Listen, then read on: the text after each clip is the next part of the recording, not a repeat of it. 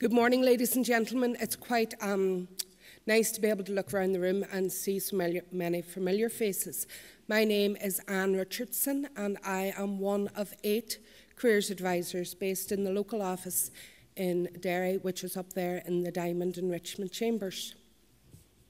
We'll just have to try and find the presentation, which is somewhere in the laptop below me.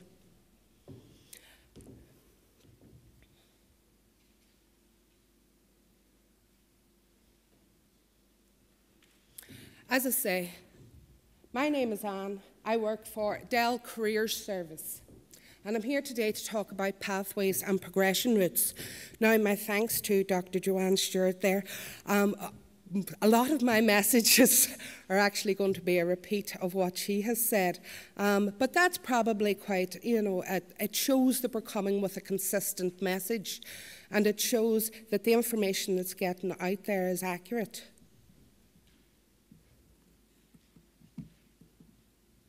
Sorry, I've lost it now. I'll just go through and tell you a bit about Dell. We are part of the Department for Employment and Learning.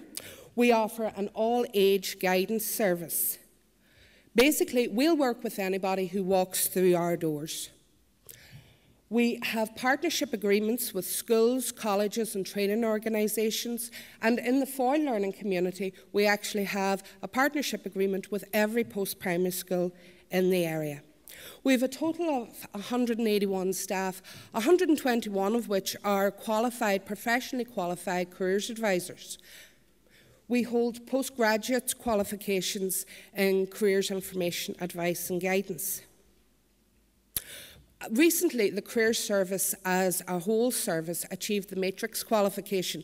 Now, we in Richmond Chambers have actually held that accreditation for this last 8 years, but so it's quite gratifying now that, like, the rest of the department's catching up with this. Matrix is actually a quality accredited certificate, which is independently verified.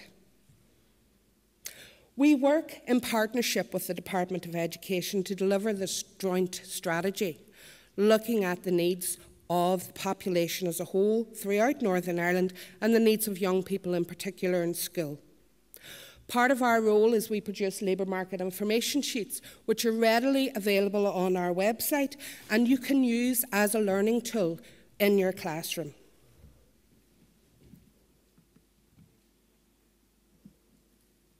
Now, this is going backwards and forwards. Me and technology, I have to say, as a STEM ambassador, I'm not particularly good. But here we go. We provide free and impartial information, advice and guidance underpinned by labour market intelligence. We spend a lot of time looking at trends, looking at research, looking to see what qualifications are needed to get into the jobs that are out there in our economy.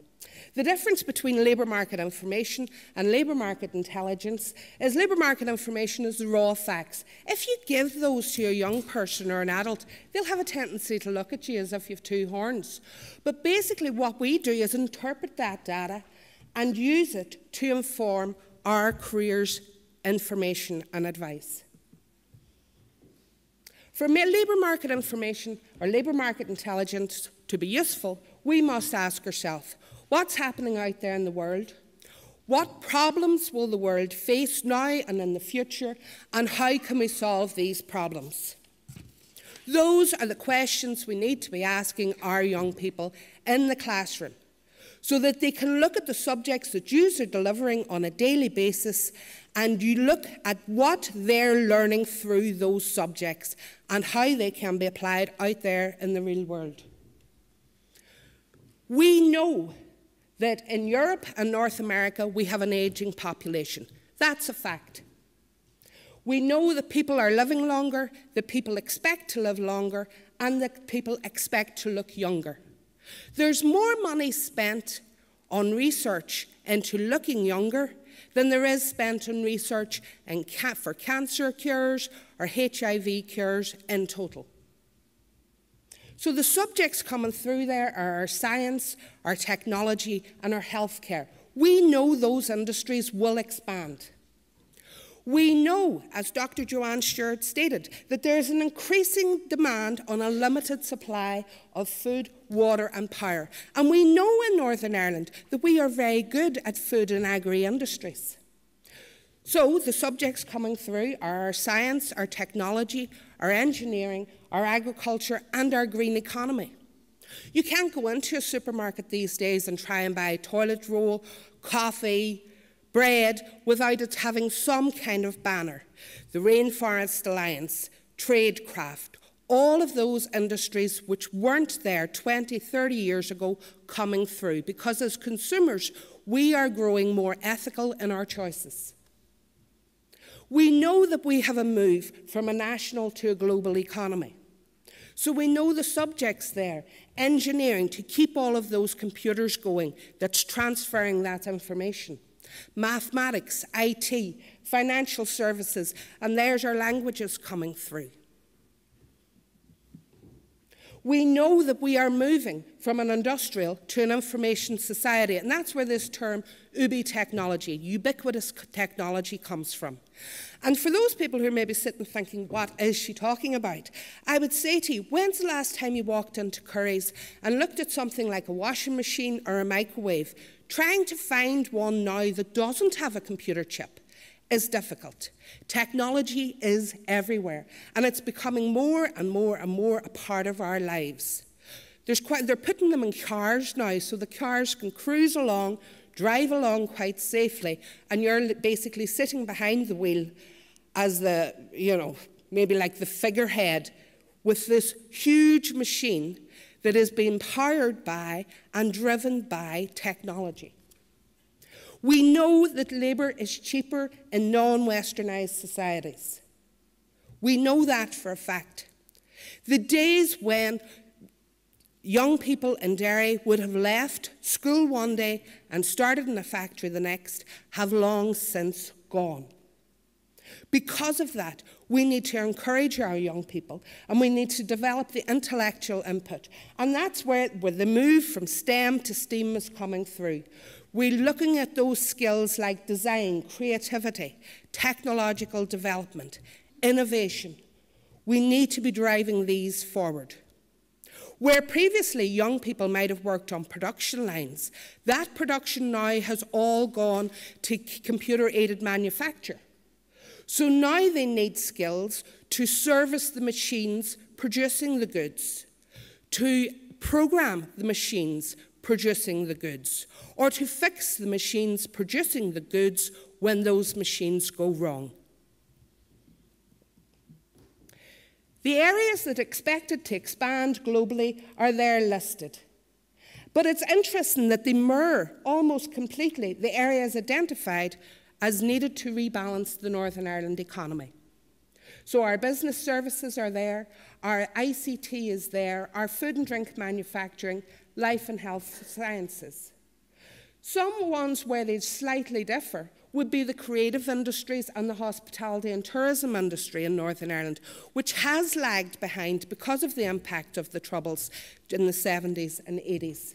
And we know that those industries are out there. We know that at the minute they are cottage industries, but we know that Northern Ireland, small to medium-sized enterprises, are the backbone of the Northern Ireland economy.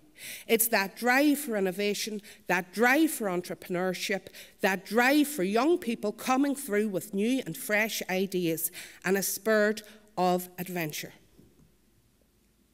This is changing times. People are more mobile than they have ever been before. We're now talking about not local or national opportunities, but global opportunities.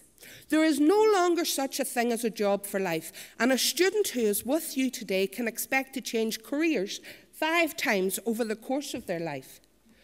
Continued professional development is expected, and those who are not willing to commit to a lifelong learning ethos will be left behind. There is an increase in flexible work patterns and environments.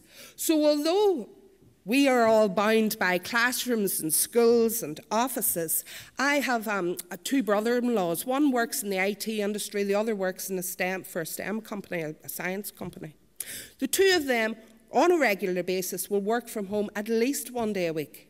That's the reality of private industry out there. It is willing to look at flexible work patterns, flexible work environments, providing the productivity is coming through from their workers. And the last point on the changing times is this drive for transferable skills. And that's where I would encourage all of you today, when you go back into the classroom, to talk to the students you have coming through about what they're learning from learning your subject. History is not just about the reiteration of facts. History is about looking at source documents. It is about finding out what impact attitudes and statistics had on people coming through. And it's those things you need to be stressing to your young people. What are you learning from doing my subject? And all of those facts mean that the labour market today is a complicated web within which to manoeuvre, and one in which expert careers guidance and advice is crucial. I would say to you, we are here as a service. We are readily and freely available. Make use of us. Now, it would be remiss of me today not to talk about NEET, because it is a growing issue in our society. NEET is the term used to identify those young people not in education, training or employment. It's currently being tackled in Stormont as a cross-departmental issue, where they're looking at a three-pronged approach, preventing young people falling into NEET, helping young people in 16 to 18 category, especially those facing barriers, and assisting unemployed young people 18 to 24 into employment.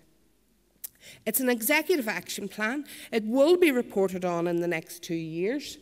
But from my point of view, from what the Career Service can offer, we have looked at ways in which we can feed into that three-pronged approach. And the first one, and the one that I'd urge for you today to take away from today, is that of prevention. There is a focus on school on all young people in the statemented process, but also we can work with young people at a year 10 on a one-to-one basis if you, the teachers, identify them as being at risk. So again, what I would say is we are a service, make use of us. And if anybody is interested in that, talk to their careers advisor in the school who's caseloaded with them at the partnership agreement level in September. We also identify and target all young people who are NEET, who are not in education, training or employment, and we follow them through until they are 18, offering what we can in terms of programmes and keeping them informed of their choices. I'm going to move on now and talk a bit about pathways. This is our bread and butter. This is what we do. And for some of it, I realise it will be a bit like teaching my granny to suck eggs. So bear with me. What I'd like you to do is use the pack as a reference tool. So that basically you take the information away with you today. And if you at any point in time you have any questions, anything you're unsure of, just lift the phone. We're here. We may not have an answer straight away, but we will come back to you with an answer.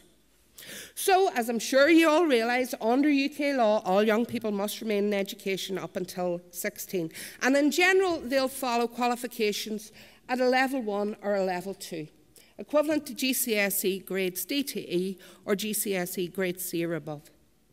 At the end of compulsory education, every young person in Northern Ireland has the same choices.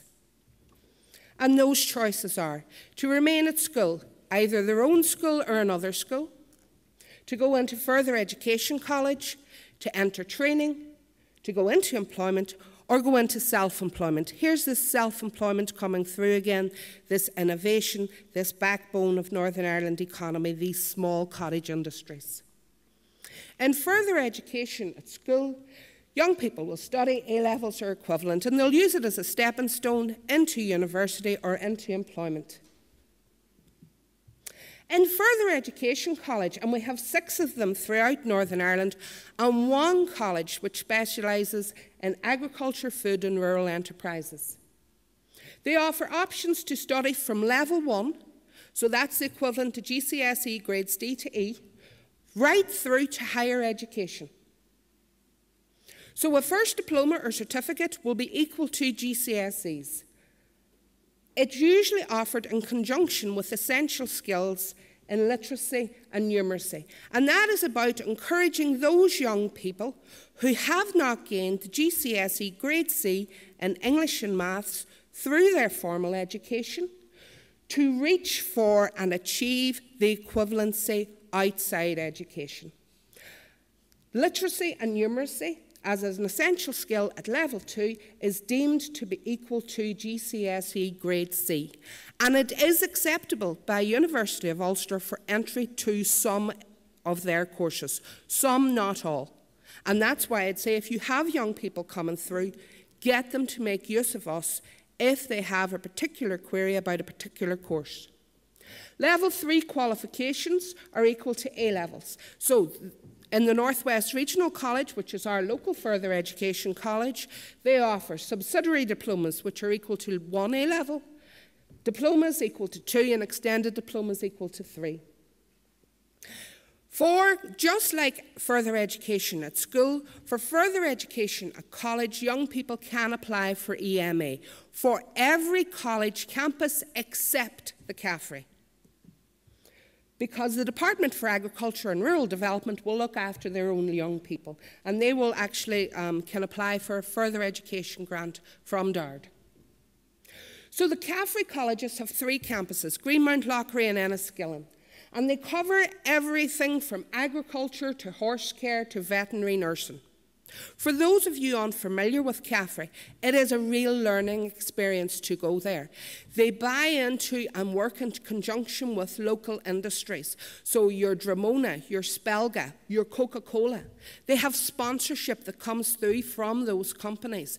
And it is very much working with the industry to find the skills and qualification that the industries are interested in.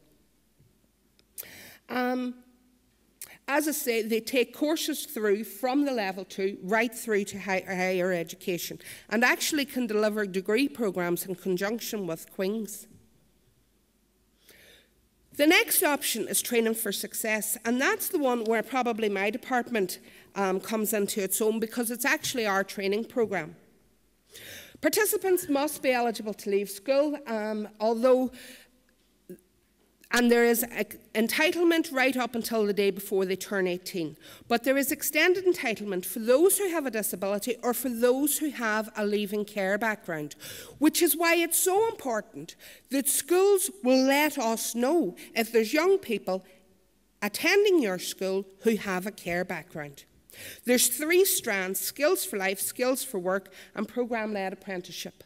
That's going from skills for life, skills for work, or level 1 qualifications, programme-led apprenticeship level 2. And again, it's delivered in conjunction with the essential skills qualifications in literacy and numeracy. They build up work experience. They build up vocational skills in the area of work that they are interested in. And they can use it as a stepping stone into an apprenticeship programme. They would receive a set rate EMA of £40 per week. Now, Apprenticeship Northern Ireland is out there. But currently, the Apprenticeship Northern Ireland and the Training for Success programme are both being reviewed by government. What I would say is it is difficult for young people to gain apprenticeships. You need to secure an employer who is willing to take you through and allow you day release to attend your training. The only money you receive on an apprenticeship programme is the wages you receive from your employer. However, that's where using the Training for Success as a stepping stone comes in.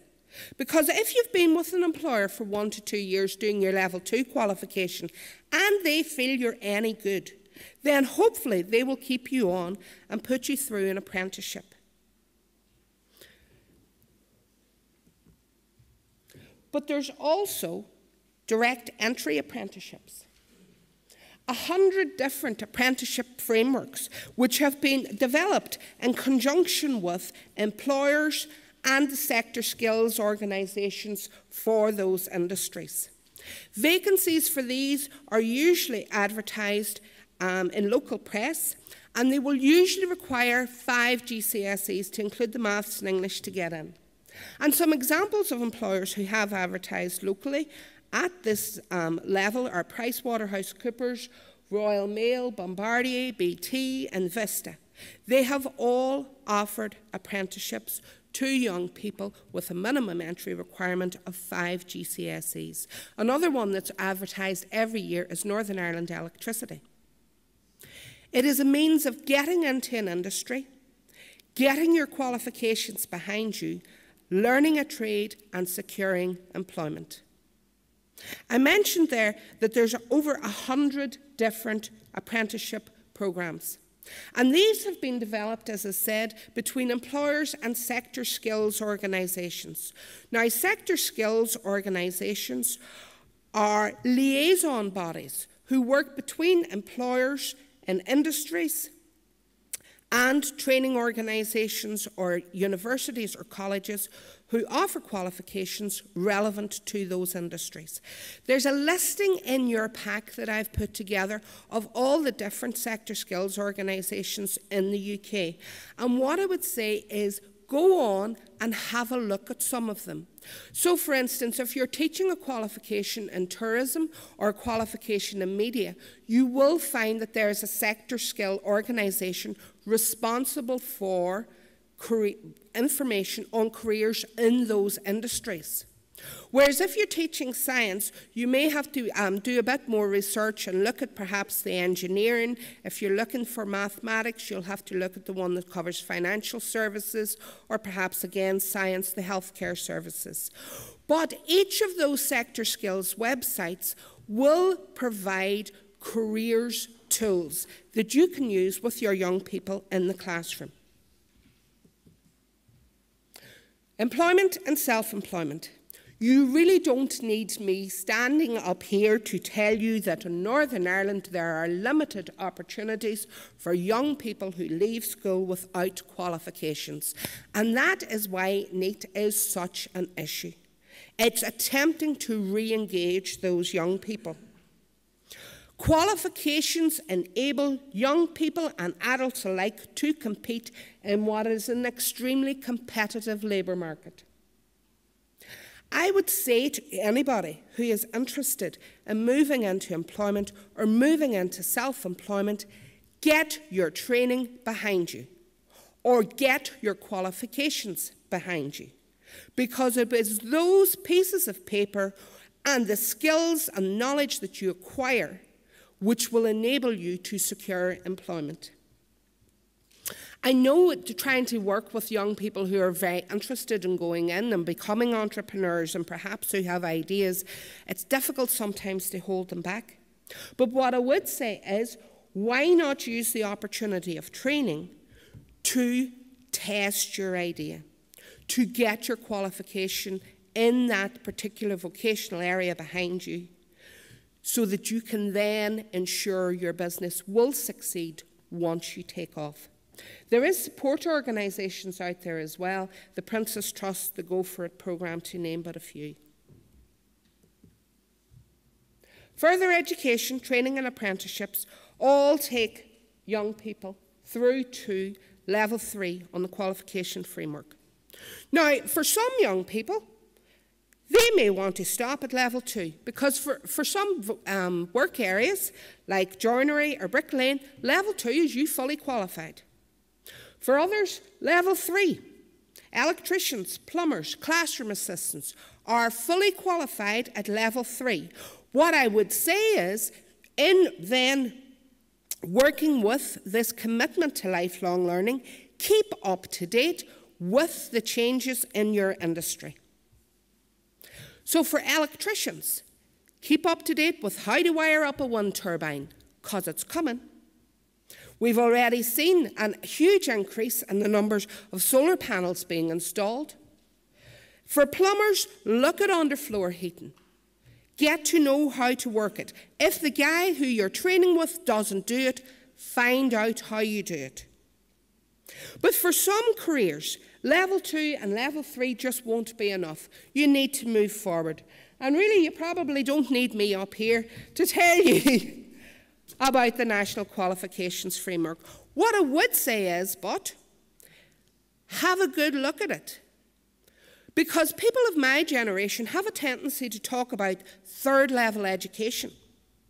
And because of the revision now on the qualification framework, third-level education is actually A-levels. Be careful of the language you're using.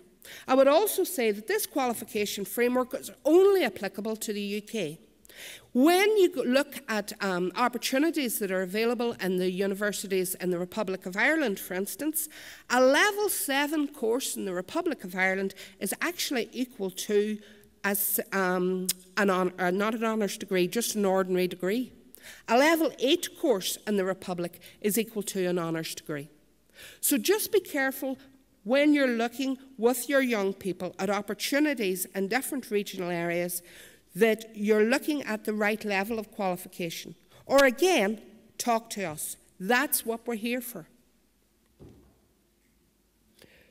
So, beyond 18 then, the pathways that are available. Higher education at further education college, university, training, higher education, or a higher apprenticeship, self-employment, employment, voluntary work and gap years.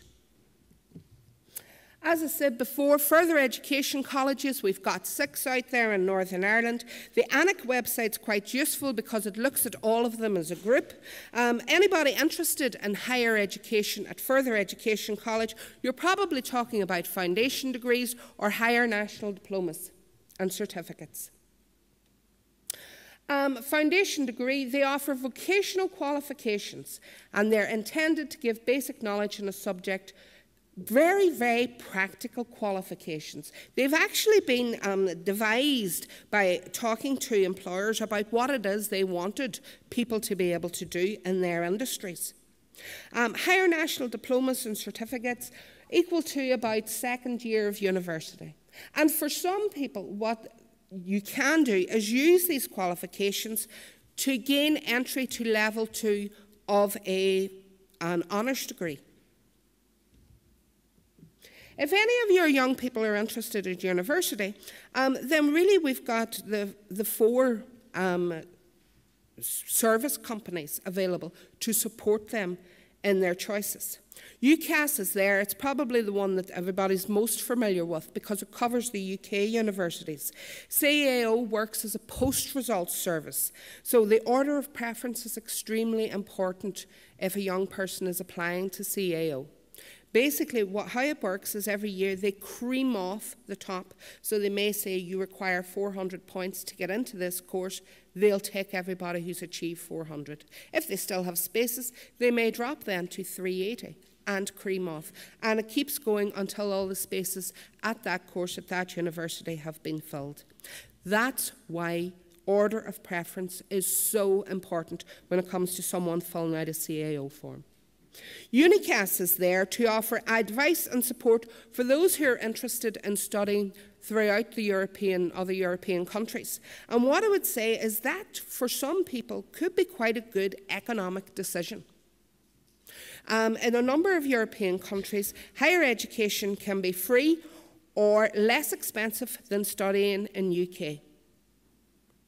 The Fulbright Commission is also there and offers support and information on access to American higher education institutions. They provide opportunities for people to sit the SATs, provide information on recruitment to single universities and scholarship awards available. And then we'll not forget as well that there are a number of higher education institutes where you can apply directly.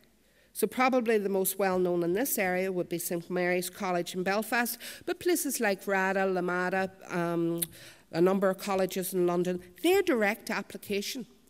So it would give your young people other choices besides their 5 choices for UCAS. Training is available to 18 plus as well. The Training for Success programme for those with the care or the disability background, as I've said, because they have extended entitlement. There's also the Steps to Work programme, which is a government training programme aimed at adults, and it is aimed at re-engaging 18 to 24-year-olds who are presenting as being unemployed. Plus, there's a number of programmes running through the European Social Fund, and probably the best known of that in this area would be the Art Skills programme, which runs out of the Playhouse there in Pump Street. They offer a 12-week programme which covers everything from creative writing to digital photography to drama, things to do with those creative industries which we know are a priority skills area in Northern Ireland. For employment and self-employment, the options for 18-year-olds don't really change. One of the things that we can do with your young people in the Resource Centre Enrichment Chambers is look at job search skills. So we can assist them with CV, application form, mock interviews, interview techniques, whether applying for degree courses or whether applying for jobs. So the CV and the application form, obviously, for the jobs. We can also help them in their job search identifying vacancies. We have access to Job Centre Online. We have the 2 public internet access machines. We get the newspapers every day, things like that. I know another option that's commonly talked about for 18-year-olds is a year out in voluntary work and gap year. And while that is commendable, I would say to any of your young people considering a year out, what are you going to get from doing it? Because it isn't enough just to say, look, Anne, I'm fed up with study. I'm going to take this year off and then go back to it. You need to have a clear idea of what you're hoping your year is going to gain you and what you're going to do during it. And there's a number of support organisations out there, Volunteer Now and www.gapyear, which can offer advice on that. I would also say use yourselves were probably the first stop, because potential employers and potential universities will want to know what you did with your year. You have to make it work for you. And that is probably just about me. We got off to a bit of a shaky start, I know, but I'd like to thank you all for your patience and for this opportunity to talk to you. This is our locally available contact details. I would just stress again, we are a locally available resource. Use us. That's what we're here for. And thank you very much for your time.